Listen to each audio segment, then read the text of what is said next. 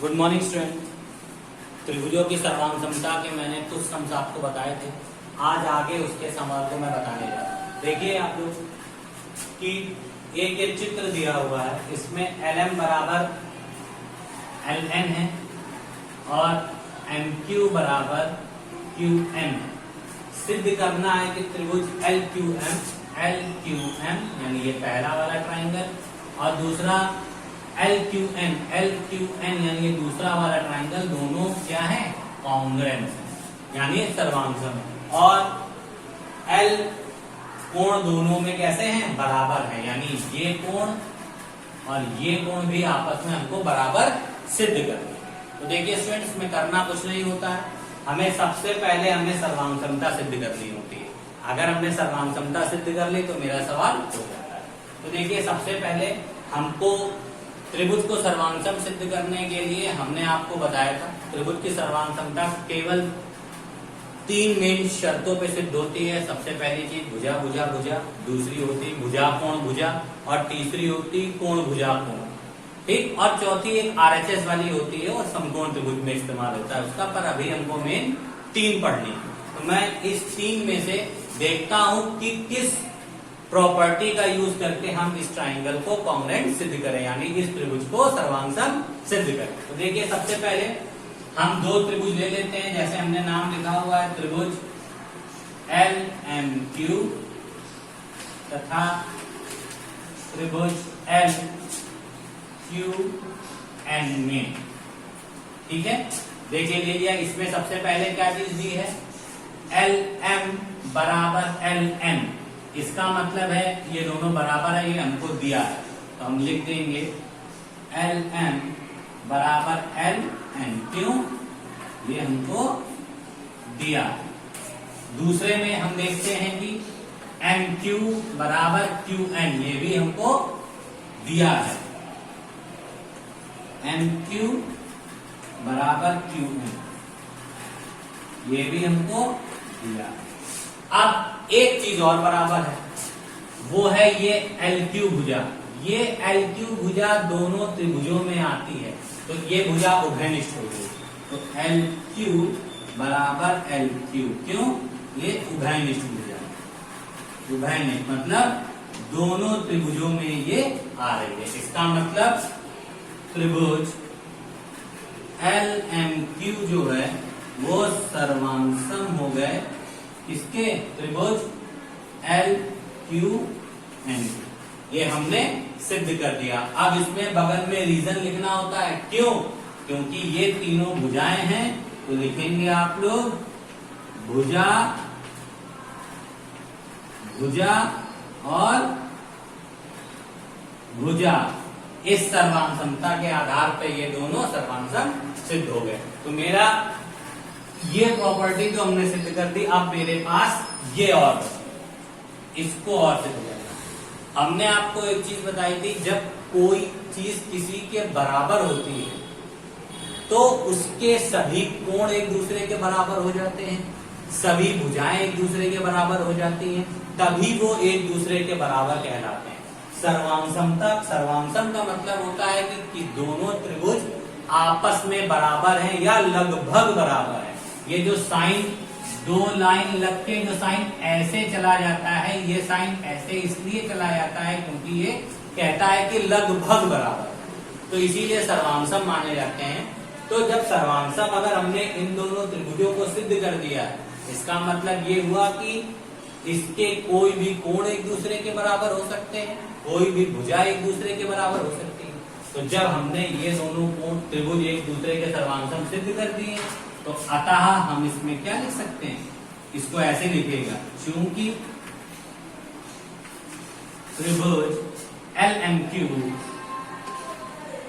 सर्वांगसम है त्रिभुज किसके? LQN के, तो हम क्या लिख सकते हैं कि कोण MLQ यानी ये वाला MLQ बराबर कोण NLQ क्यू यानी इसके।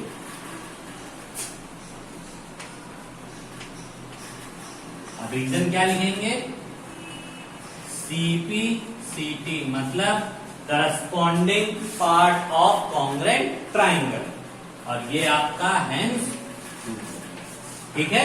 क्योंकि जैसे ही आप ये लिख के सीपीसीटी लिख देंगे तो हम लोग समझ जाएंगे कि ये कॉन्ग्रेंट करस्पॉन्डिंग पार्ट है कॉन्ग्रेंट ट्राइंगल के, इसलिए दोनों भी आपस में कैसे होंगे।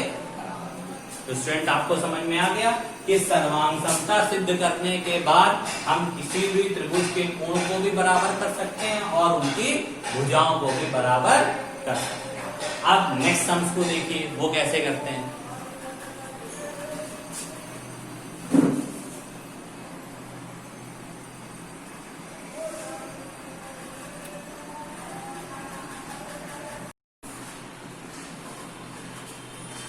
देखिए स्टूडेंट नेक्स्ट सम आपका है, संलग्न चित्र में त्रिभुज एबीसी एक समद्विबाहु त्रिभुज है, इसमें एडी बराबर सीडी है।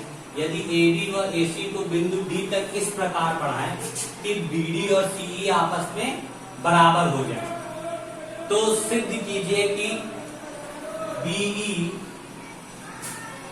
बराबर सीडी। ठीक है, अब आप इसमें देखिए, इस फिगर को मैंने तो बना दिया है, मैं आपको बनाना सिखा दूं एक बार, इसको बनाते कैसे। देखिए सबसे पहले कह रहा था त्रिभुज एबीसी एक समद्विबाहु त्रिभुज है, तो समद्विबाहु मतलब जिसकी दो भुजाएं आपस में बराबर हो। तो ये देखिए मैंने एक समद्विबाहु त्रिभुज ए बी सी बना दिया। अब वो कह रहा है सम्स में, तो थोड़ा सा बाहर लिख लीजिए तो आपको ज्यादा अच्छा लगेगा, बी और ये सी। अब सम में क्या कह रहा है कि AB व AC को इस प्रकार बढ़ाएं। देखिए AB को हमने ये बढ़ा दिया और AC को हमने ये देखिए बढ़ा दिया। इस प्रकार बढ़ाएं कि बिंदु D और T तक जाए और दोनों BD और C बराबर हो जाए। ये बिंदु D और ये बिंदु E तक जाए और BD और CE ये दोनों आपस में कैसी हो जाए, बराबर हो जाए। तो सिद्ध कीजिए BE बराबर CD। अब BE कैसे बनेगी रेखा, देखिए जब B से E को मिलाएंगे तब आपकी बनेगी BE रेखा, और CD कैसे बनेगी, जब C से आप लोग D को मिलाएंगे। तो ये हमारा फिगर बनता है, ठीक है। और समद्विबाहु त्रिभुज है इसलिए ये और ये भुजा भी आपस में कैसी होती है, बराबर। तो इस फिगर को ये मैंने बना दिया, मैंने फिगर बनाने का तरीका समझा दिया है कि एग्जाम में मैं अगर इतना पार्ट भी दूं तो आप लोग फिगर बना के इसको कर सको। मैं इसको अब रफ कर रहा हूं। इसमें देखिए BD और CE आपस में बराबर, हमको सिद्ध करना है कि BE यानी ये रेखा और CD यानी ये रेखा ये एक दूसरे के कैसी है, बराबर। अब अगर ये दो रेखाओं को हमें बराबर सिद्ध करना है तो हमको इस सब में ये देखना होगा कि इन दो रेखाओं के द्वारा कोई त्रिभुज बन रहा है क्या। तो हम देखते हैं कि अगर इन दो रेखाओं के द्वारा त्रिभुज बनने की बात की जाए तो देखिए एक ये त्रिभुज बन रहा है बी सी और ई, और दूसरा त्रिभुज हमारा ये तो इस रेखा के द्वारा बनना हो गया, दूसरा त्रिभुज हमारा ये बन रहा है, यानी इस रेखा के द्वारा ये त्रिभुज मेरा बन रहा है और इस रेखा के द्वारा हमारा ये त्रिभुज बन रहा है। तो ये दो त्रिभुज हमारे बन रहे हैं, तो हमको इन दोनों ही त्रिभुजों में सर्वांग समता सिद्ध करनी है। तो देखिए इन दोनों त्रिभुजों में सर्वांग समता हम कैसे सिद्ध कर सकते हैं, ध्यान से देखिए। सबसे पहले हम ले लेंगे त्रिभुज BEC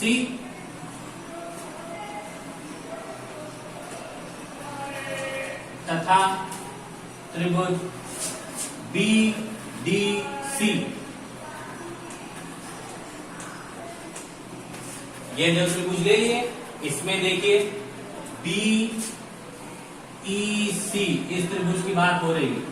देखिए इस त्रिभुज में हमको पता है कि CE जो है वो बराबर किसके है, इस दूसरे वाले त्रिभुज की BD भुजा के, तो CE बराबर हमारा क्या हो गया, BD। क्यों हो गया, ये हमको दिया है। ठीक है, दूसरी चीज हम देखते हैं कि याद रखिएगा कि अगर एक ही आधार हो यानी BC, इस पे अगर दो कोण बन रहे हो इस टाइप से D और E, तो एक ही आधार पे बने कोण हमेशा बराबर होते हैं, यानी कोण जो D होगा वो कोण E के बराबर होगा। तो इस त्रिभुज में भी देखिए इसी आधार पे एक मेरा ये कोण बन रहा है और एक मेरा ये कोण बन रहा है, तो ये दोनों कोण भी आपस में कैसे होंगे, समान होंगे। तो हम क्या लिख सकते हैं, कोण D बराबर कोण E। क्यों, एक ही आधार पर बने कोण। और तीसरी चीज हम देखते हैं कि भुजा BC इन दोनों त्रिभुजों में कॉमन है, तो BC बराबर BC। क्यों, उभयनिष्ठ। अब जब ये तीन चीजें हो गई तो हमारे ये त्रिभुज और ये त्रिभुज आपस में कैसे हो गए, सर्वांगसम। तो लिख सकते हैं त्रिभुज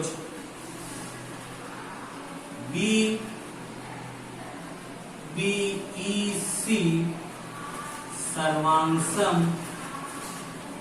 त्रिभुज BDC।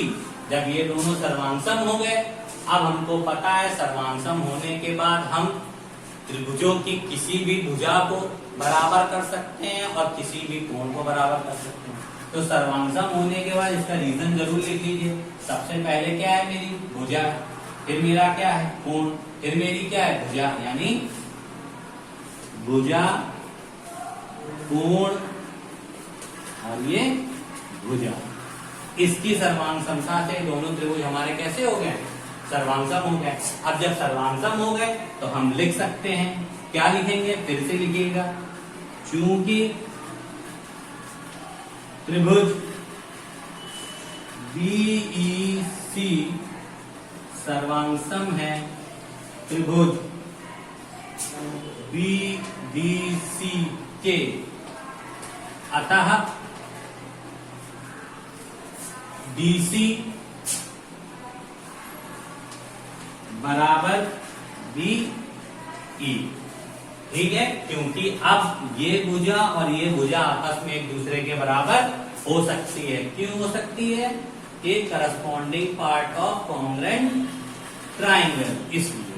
तो ये हमने आपको प्रूफ कर दिया। ये दोनों सम्स इंपॉर्टेंट थे, मैंने आपको समझा दिए। आप लोग इसको फेयर कॉपी में नोट कर लीजिएगा, जिससे आपको इस तरीके के सम्स करने में प्रॉब्लम ना हो। ये इंपॉर्टेंट चैप्टर है, याद रखिएगा, 9th-10th में भी इसका यूज होता है। तो स्टूडेंट, थैंक यू। इस सम्स को प्रैक्टिस करिए, नहीं समझ में आए तो हमसे पूछिए।